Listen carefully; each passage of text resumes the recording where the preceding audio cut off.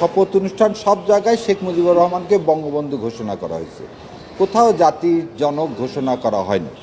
এবং 1973 সালে ঢাকা ইউনিভার্সিটিতে ছাত্র ইউনিয়নের যে সর্বদলীয় সভা, সেখানে মোজাহিদুল ইসলাম সেলিমেরা এই বঙ্গবন্ধু উপাধিটাও কী করে নিয়েছেন, তুলে নিয়েছেন।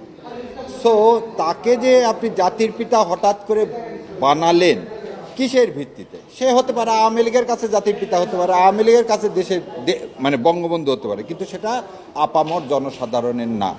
এবং এই জন্যেই এই যে ফ্রড, মানুষের সাথে প্রতারণা, এই প্রতারণার জন্যে এই আইনটা বাতিল হওয়া উচিত। কিন্তু এই আইনের সব কিছু আমি বাতিল চেয়েও দুইটা জিনিস বাতিল চাইনি। একটা হচ্ছে এই আইনের প্রথমেই বিসমিল্লাহির রহমানির রাহিম আছে, তো আমি কোর্টকে বলেছি বিসমিল্লাহির রহমানির রাহিমটা এক্সপান্স করে বাকিটা বাদ হবে।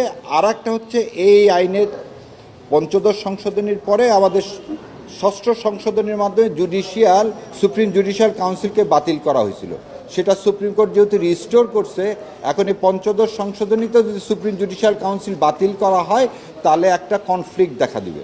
যেহেতু আদালতের রায়ে এই সুপ্রিম জুডিশিয়াল কাউন্সিল গঠন হয়েছে, সো বিসমিল্লাহ সুপ্রিম জুডিশিয়াল কাউন্সিল রেখে বাকিটাকে আমি বাতিল করার জন্যে আমি আমার সাবমিশন রেখেছি।